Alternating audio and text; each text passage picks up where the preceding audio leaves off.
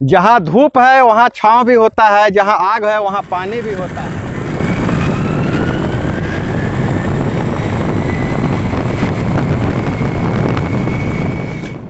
बिहार के गया जिले से 30 किलोमीटर दूर भूरहा नामक स्थान पे आए हुए हैं। ऋषि के रूप में जाने जाने वाले ऋषि दुर्वासा और विश्व में शांति का संदेश देने वाले गौतम बुद्ध दोनों से जुड़ा हुआ भौगोलिक घटना घटती है।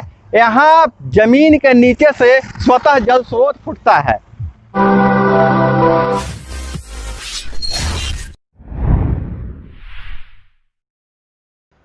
नमस्कार, आप देख रहे हैं ठोक तंत्र।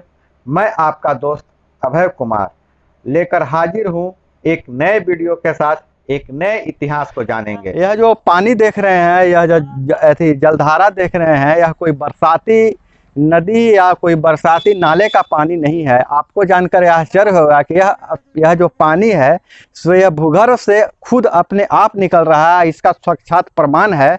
उस प्रमाण के बारे में पूरी जानकारी देंगे। यह एक पवित्र कुंड है जो महात्मा बुद्ध और महर्षि दुर्वासा से जुड़ा हुआ है।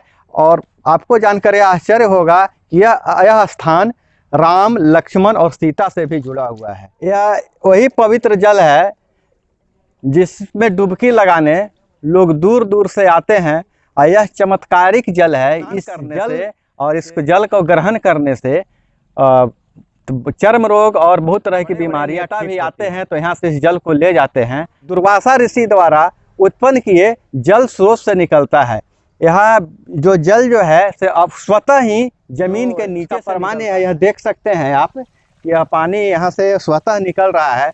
पहले जब सिर्फ इसी तरह मिट्टी से जल निकलता था, बाद में लोगों ने यहाँ निर्माण किया। अब ऐसे 7 स्थान हैं जहाँ से जल स्रोत निकलता है। इस यहाँ के महत्व के बारे में यहाँ के स्थानीय लोगों से बात करेंगे।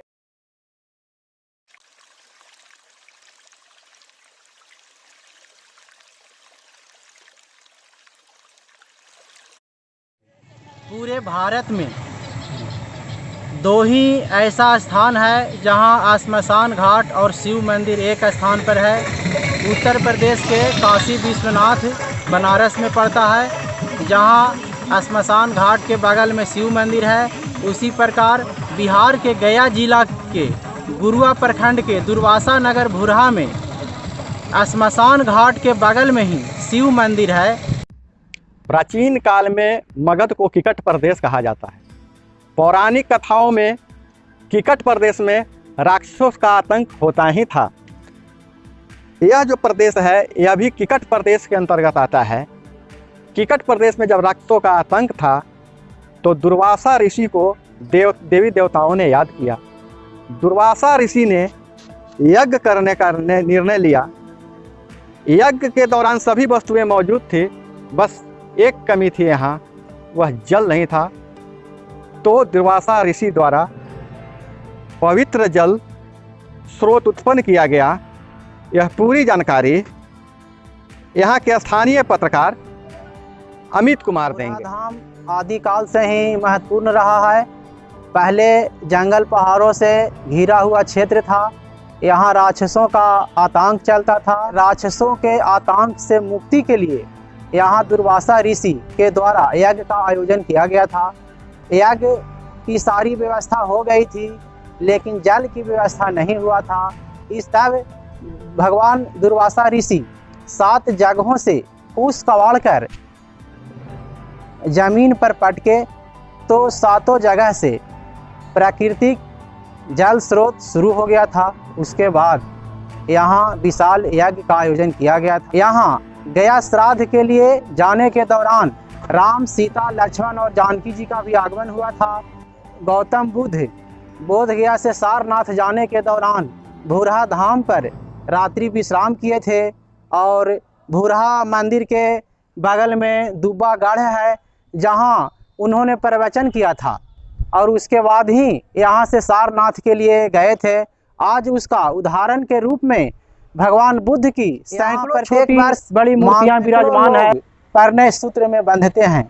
यहाँ के लोगों को यह भी मानना है कि जिस व्यक्ति का शादी विवाह भूरहा धाम पर हुआ उसका सुखमय जिंदगी नक्शे के बाद नेपाल ने एक नया विवाद छेड़ा है कि बुद्ध उनके हैं।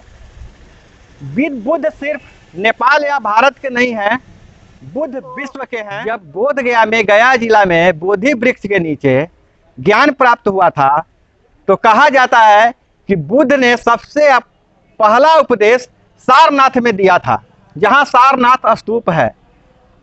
लेकिन यहाँ भुरहा में प्राप्त दस्तावेजों के अनुसार बुद्ध बोध गया से इसी रास्ते से सारनाथ की ओर गए थे, जो बनारस के पास सारनाथ है। तो यहाँ इसी गांव में विश्राम किया था और इसी पीपल वृक्ष के नीचे बुद्ध ने अपना पहला प्रवचन दिया था। और वह स्थान यह है, ऐतिहासिक रूप से कितना महत्वपूर्ण है यह स्थान, जो जिस बुद्ध के लिए दूसरे देश दावा करते हैं, वही बुद्ध का स्थान अपने ही देश में उपेक्षित है। यह समझ से परे। तो यहाँ क्या किए थे? देखभाल किए, यहाँ से जल भुरा से जल उठा के ले गए।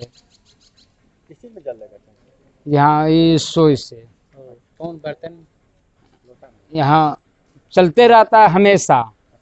कौन सा बर्तन में ले गए थे? ये अथी में बोतल में भर के ही ले गए थे। कौन? नीतीश जी। यहाँ क्या विकास हुआ? यहाँ विकास ये भवन बनवाए हैं नीतीश जी, और पर्यटन विभाग से सब जो बने हैं ये पूरे मगध में प्राकृतिक अवशेष बिखरे पड़े हैं। लेकिन एक गया जिले के गुरवा प्रखंड के भुरहा स्थान पर बुद्ध से जुड़े बहुत सारे अवशेष इधर उधर पड़े हुए हैं, नष्ट भी हो रहे हैं। यहाँ से कुछ बुद्ध का अवशेष पटना के संग्रहालय में रखा हुआ है, लेकिन यहाँ जो दस्तावेज हैं, पुराने दस्तावेज हैं, उनको संरक्षित करने का भरपूर प्रयास नहीं किया गया है। और इसी तरह छुपे स्थान, अन्य बुद्ध से जुड़े और पौराणिक स्थानों से जुड़े मगध के धरोहर से मैं हमेशा परिचय करवाता रहूंगा। आप देखते रहिए ठोक तंत्र। मैं अभय कुमार। अगर आप इस चैनल पे नए हैं तो चैनल को सब्सक्राइब करें, बेल आइकन वाला बटन दबा दें, ताकि आपको जब भी नई वीडियो आए नई नोटिफिकेशन मिलते रहे। धन्यवाद।